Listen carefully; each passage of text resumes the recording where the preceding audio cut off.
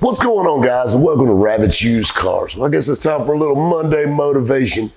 We're sitting here in the Hot Rods and Happy Hour studios. We always usually film outside.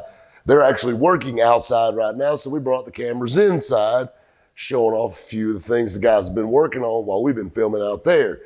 But I've got a great story for you. You know, everybody loved the mall story, no risk, no reward, things like that. And I have a lot of stories like that I've been told or even that I've witnessed myself. I've got a really good one for you. So there was a guy, he was a hot rodder. And this guy loved, he didn't grow up in the best circumstances. He didn't know his dad. His mom worked all the time in a mill, trying to take care of him, and keep him fed.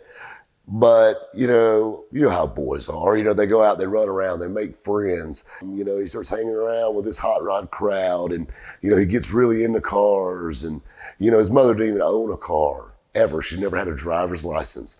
But, he gets hanging out with these guys and he gets a car of his own. And next thing you know, he starts working on them and starts modifying them and starts working on other people's cars. And next thing you know, he's making all these buddies in the little automotive scene locally. This goes and goes. Well, he meets a lady and, they get married and they have kids, and they're making this life. Well, he has to have a job, he needs a good job.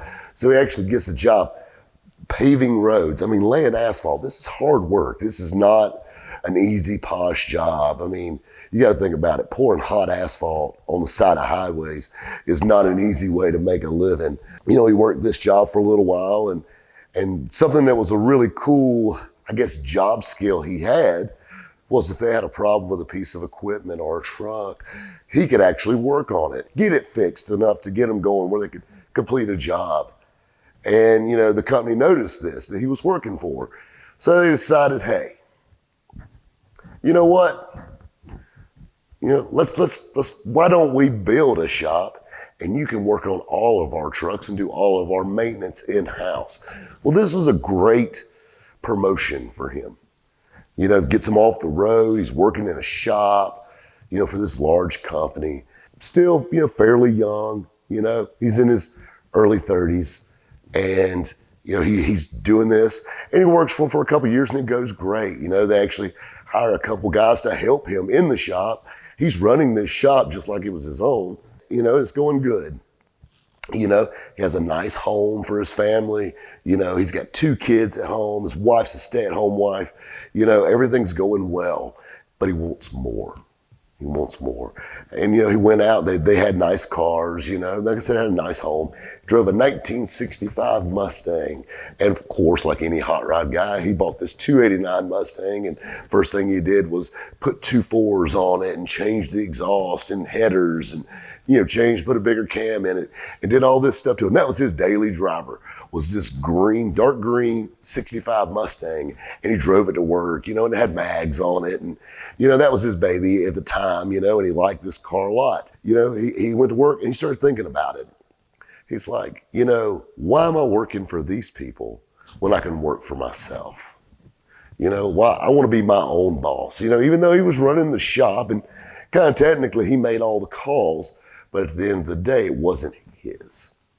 He had that little spark inside of him, like, I want more. I want my shop.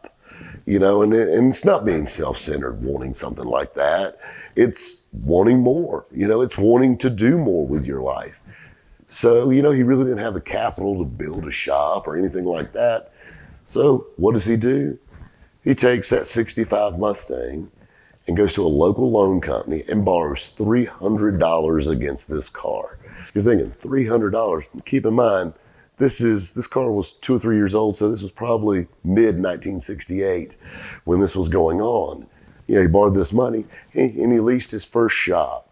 And he actually leased this first shop in a town called Malden, South Carolina. It's just right outside of Greenville. Now Greenville's grown so huge, Malden's almost got swallowed up by it. But at the time, it was its own little town right outside of Greenville. And he actually leased a shop to work on heavy trucks right there in Malden. And in October of 1968, he opened up his own truck repair business. He got it going and it was going well. And his son even came to work for him. And he had a few techs that worked with him. and hit the ground running. They had some slow months and they had some great months, and it worked out. And it was really cool because his neighbor next door to the shop beside him was actually NASCAR legend Richard Childers. So that's really kind of a cool story. This guy's this NASCAR legend, but even back in the day, he was just a broke, little round track mechanic that was trying to make it happen.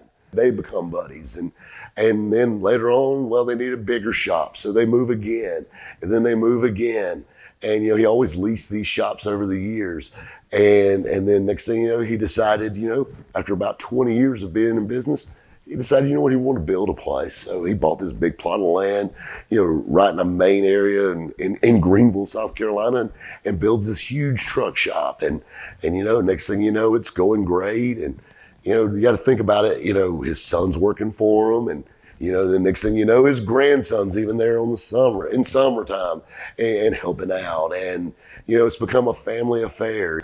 Next thing you know, there's road service trucks, with the company logo on the side of them running around. Now keep in mind, all this got started with just a little bit of drive and a $300 loan on a 1965 Mustang. And I love telling that story because that story is a piece of me.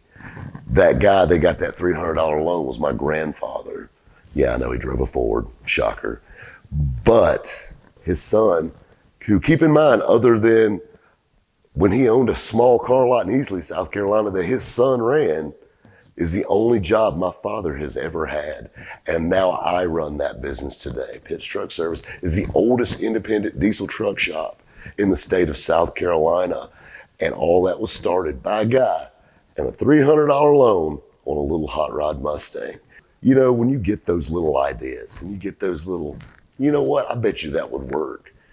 Sometimes it pays to follow through with them because you never know where they'll end up.